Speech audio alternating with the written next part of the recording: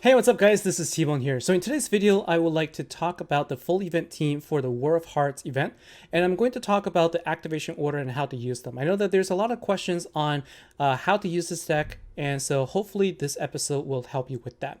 And so for the full team here, I have the support card, event card, Master Collection card, an ultra rare, and also the ultimate form going from left to right. This is my preferred direction of activation, so I'm going to activate always from left to right here. And then for relics, I do have the full set of relics here, but if you don't have them, you can also replace any of them with any light commander relics, or you can use also Alien Spear would also help as well. So let's go ahead and talk about the various different bosses that you could go after, and then the different decks that you can use and how you play them differently. So for allies, for these wave fights, I would recommend just bringing any allies that have, the current event cards, except for Hera. Hera only boosts guild versus guild, and so you're not going to get much benefit out of her. Although in these situations, in these maps, they're pretty easy anyway, so you're not going to have a hard time getting through them. So it doesn't really actually matter in that case. So, but the key here is having 6 cards here will help you get through the waves here, because this deck has a dependency on 3 cards being activated. And I'm going to take a few minutes with this particular fight to explain a little bit, and then the later bosses will go through a little bit quicker.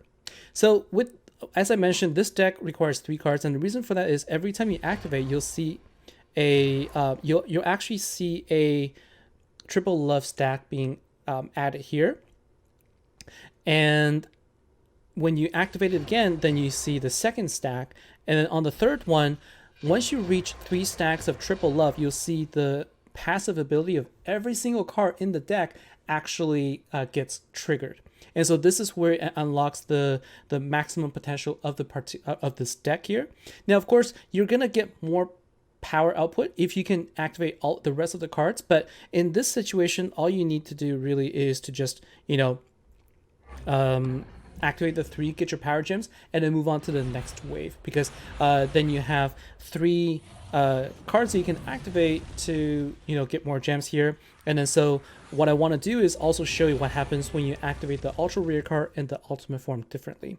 So when you activate the ultra rare card, you can notice that not only does a triple love stack gets added, you can also see a number for the damage boost next to it here with a number 1 that matches the number of triple love stack. And I'm going to activate the ultimate form, and you can see the number gets added here, and again it matches the stack here.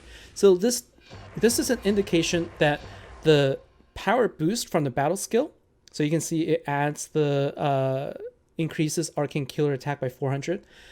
I think what it does is it will actually stack it basically it'll stack it as many stacks of triple love there is.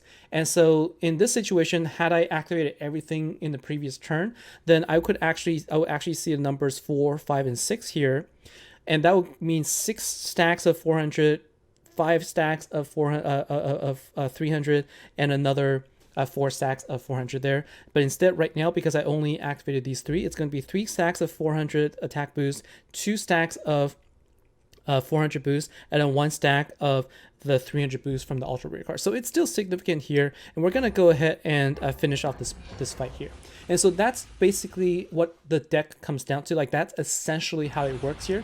It depends on the passive ability that gets triggered by having 3 stacks of triple love, and your ultra rare card in your ultimate form gets more damage boost the higher the stack of triple love there is. Okay, and so that is essentially how it works. Now what we're going to do is we're going to go and fight different bosses, and we're going to talk about the different setups I'm using as well. And so for the ultimate boss here, I actually prefer to use a mixed team that uses Light, Hope, and Justice, as well as Breaker the Rapper, because these cards all passively spawn power gems. And these relics here, they only create power gems if at least 5 power gem actually exists on the board. And so you notice the first fight, there's only regular gems. So in this fight, you're going to see a difference, and that is our board is going to be filled with power gems first, so that against a ultimate boss, I can actually take the boss out effectively on turn 1 without taking hits, without being subject to any power gem silence or anything like that. So you can see here, wave 1, pretty easy with the power gem.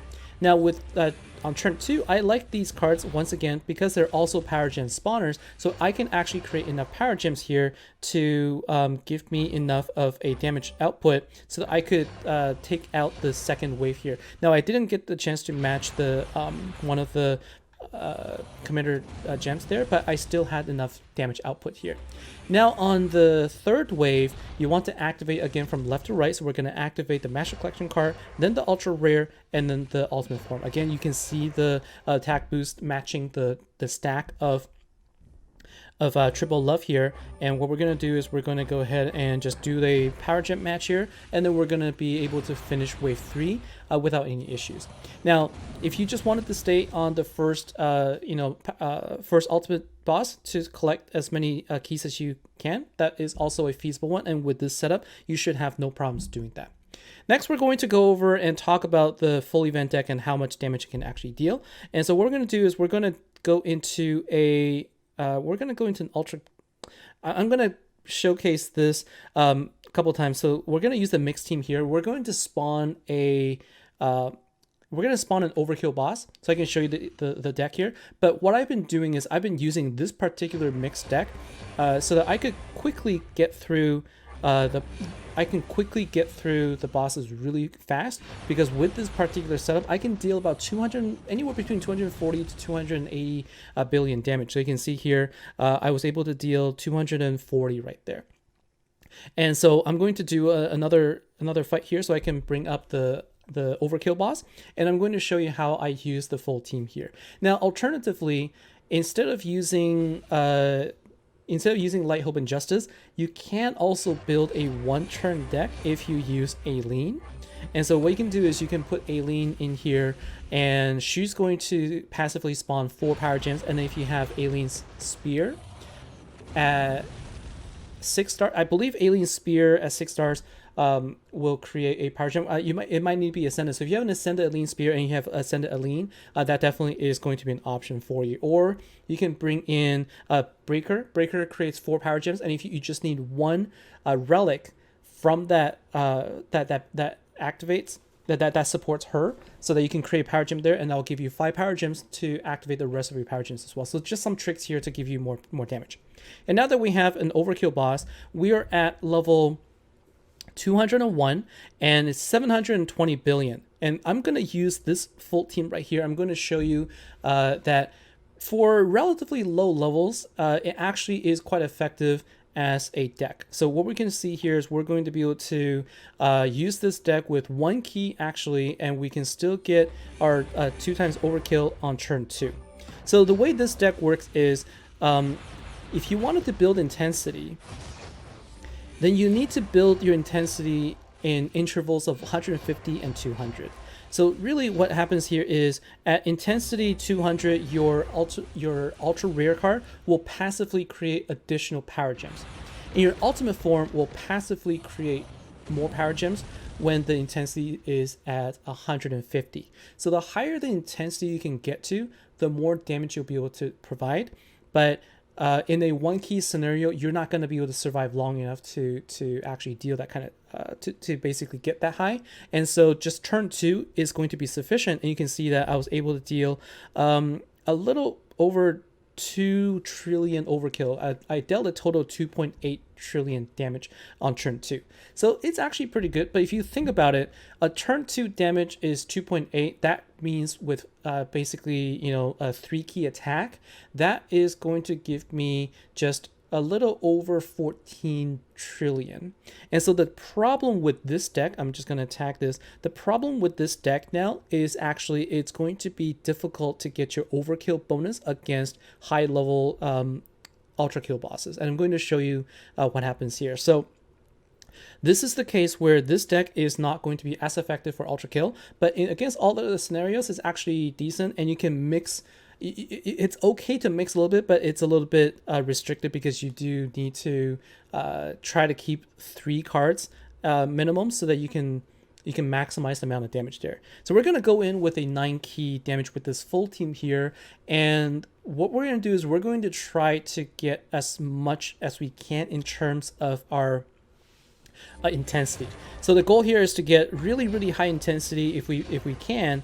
And the problem here also is that when we activate everything, so like so what I'm going to do is I'm actually going to activate the ultra rare card and the ultimate form first. And so that way, what I can do is, try to chip down the damage a little bit, but if I activate it first, then I don't have to worry about my about the damage being increased too much, because I don't want to take out the boss too quickly. And so what we're going to try and do right now is we're going to go and basically just match our gems quickly so that we can actually get our intensity to about 300. So we should be able to reach 300. 400 would be ideal because that gives us more power gems here. But remember, intensity doesn't give us additional damage boost. It only gives us additional power gems. So the only thing we can do is to try to increase our damage output with this setup. But the damage boost is going to come from getting the power gems, getting the ultra rare card and the ultimate form activated last. So we're probably going to be able to get it to 300, which is fine. So we're going to get to 300. That means our ultimate form card is going to give us 2 additional power gems, and we're going to get 1 extra power gem from our ultra rare card. So we're going to activate it in this order, and so we're going to see how much damage we can deal here. So with this, I don't think we're actually going to be able to get to 200% overkill, because as you can see here, the amount of damage here just isn't quite enough. We need to get at least over 22 trillion, and with this we're able to only get to about 21. We just barely missed it. So we could potentially have actually chipped it a little bit so that we could actually get to 200% overkill, but this deck as it is right now, unfortunately, is going to be weak against the ultra kill. So that is something that I wanted to be clear about as well, so that as you're making a decision on whether or not you want to get this deck, this will factor into it. Overall though, I think that from a deck power perspective, this deck is not as powerful as the previous decks, but in terms of sort of figuring out how you want to play it, it's actually not too bad. And what we're going to do is we're going to spawn another ultra kill boss, and we're going to try a different method and see if we can be successful there. All right, so we have now our ultra kill boss, and what I want to do is try something a little bit different, because this also showcases really the difference between this team, this deck's mechanic compared to all the other ones we've seen before.